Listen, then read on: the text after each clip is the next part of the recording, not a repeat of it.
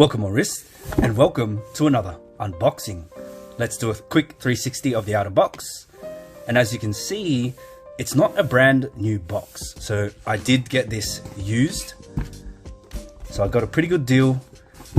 There it is. Let's take the lid off, put that to the side, and here we go, Omega. On the side here, we get our operating instructions. Quick flick through, and we get all of our goodies in the card in a nice leather holder.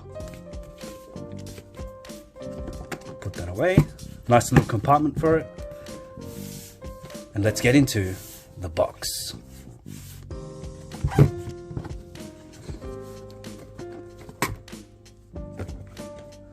Now, right off the bat, what I like about Omega is their presentation. Now, Omega, they do a really good job at presenting their watches. And as you can see, you get this nice wood lacquered finish box. It's a very substantial box, and at the bottom, there's this felt here, so you don't have to worry about it scratching when you're moving it around, which is a nice touch. They have this nice button here, so you can open her up, and there's that nice Omega logo, nice and shiny, matching that lacquer finish. Very nice box and a very nice presentation. It really makes it feel like you are getting a luxury product. Let's open her up. And here we go, guys. The Aqua Terra Worldtimer. I'll put the watch to the side for now. Here's the pillow. Squish test. Nothing too special, but it does look nice. So inside you get this cream color with a nice red lining. And the box has kind of like this secret compartment where you can find all these other little add-ons. Travel pouch. Nice and soft. Spare links, and this watch actually came with the rubber strap. Now, as some of you may know, I do have the black rubber strap for my green Aqua Terra, and I didn't have to buy this separately. This actually came with the watch when I purchased it, which it was a really good deal. So I got it on the steel bracelet, and I have it on the rubber. And you guys know how much I love the Aqua Terra rubber. Now, the top of the box, red Omega logo, nice and padded to keep your watch safe, and it matches that bottom half there with the cream inside and the red lining. Nice hinges here.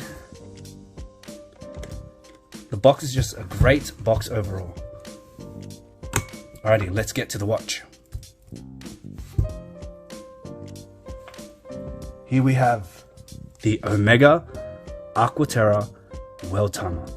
Now, right off the bat, guys, you can see the dial has so much detail, so much depth, and so much color. The world there in the middle, it really just jumps out at you. And being a predominantly blue watch, the continent there, that nice color, it just pops out at you. And the red tip of the second hand, it's really legible because it's really, it contrasts nicely against the blue, the predominantly blue dial there.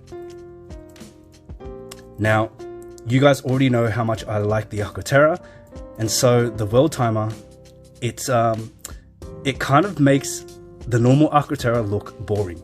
So if you see how detailed that dial is, it's just amazing to look at. Now you get all of those countries there, so you can track multiple times at once. And look, I'll be honest, I won't even use the Worldtimer function.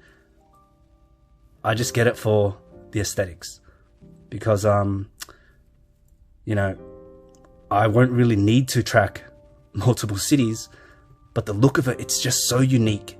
And when you compare it to other Worldtimers in the price category, you won't get anything that comes close to this. So you can see that coaxial movement there.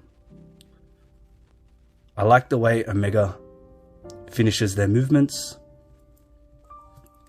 You get 150 meters of water resistance. Just a great overall package. Now, if you're already a fan of the Aqua Terra, you will probably like this watch as well. But keep in mind, this is a bigger watch. So compared to the 41mm Aqua Terras or the 38mm Aqua Terras, this is quite a large watch. So I do recommend this for a larger wrist. But if you're a fan of the aesthetics, it is quite a striking watch. So as you can see there, even from far away, you can tell that it's not your normal Aqua Terra, or it's not your normal watch. And the world in the center there, it just pops straight away. And I like how you get these contrasting colors of blue, and it really adds a lot of depth. And the lines on the dial, they remind me of longitude lines. So they are different from the horizontal teak pattern that you usually see on the Aqua Terras, and it's a nice distinction from your normal Aqua Terra to a Worldtimer. Now, as you can see with the bracelet, now I'm sure some of you will know that I'm not the biggest fan of the Aqua Terra steel bracelet because it is flat. I don't think it's not completely cohesive with the watch. But the good thing is I got this with the rubber strap as well, and the rubber strap, it does pair pretty much perfectly with the Worldtimer. In case you're wondering, guys, here's the blue strap that comes with the Worldtimer. Now, you won't be able to use an existing rubber strap for the Aqua Terra, and that's because the lug width on the Worldtimer, it's 21mm compared to the 20mm on the Aqua Terra. So you will have to purchase the strap separately. You can't reuse your Aqua Terra strap. Now, the strap that comes with the Worldtimer, it is this nice navy blue with the stitching and the clasp. And of course, it pairs really well with the blue on the dial. So you get a lot of shades, many shades of blue, a lot of color. And look at that. If I were to pop this on, you can already see how well that matches. And the Aqua Terra, the way they do their straps, it creates like a seamless transition from the case to the strap thanks to these steel end link pieces here. So I'm a big fan of the rubber strap, and I'm lucky that I got this, that it came with the watch with my purchase. So there's the rubber strap. Let's check it out on the wrist. So I have about a 6.5 inch wrist, and here it is. So as you can see on my wrist, it does wear a little large, but the dial is so striking and so amazing to look at. Bracelet is comfortable. One downside of the bracelet though, you don't get micro adjustment. So they do supply you with half links and full links, but if you're unable to find your ideal sizing without micro adjustment, then you might not want to get it on the bracelet. I know most people will say get it on the bracelet, get the strap after, but if you can't find your perfect fit with the bracelet, or if you know you can't, I'd say just go straight for the rubber, because there's no point getting the bracelet if you can't even size it properly. Now, look at that side shot. It is quite thick, but that's due to the movement. So you are going to expect a thicker watch due to the complications that go into the movement.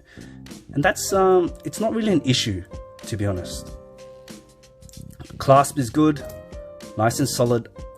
Now, I know most people don't like this butterfly style clasp.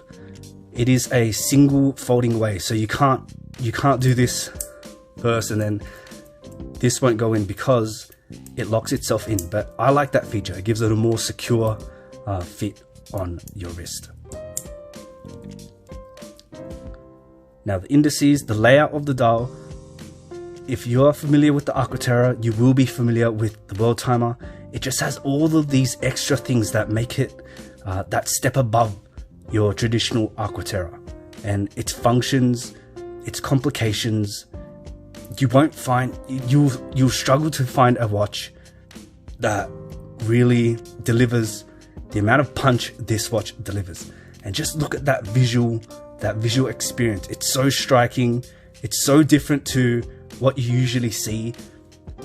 Watches like Grand Seiko, they really focus on the dials, but here Omega just proves that they can also deliver on amazing dials. Now, also a nice little touch is the date wheel.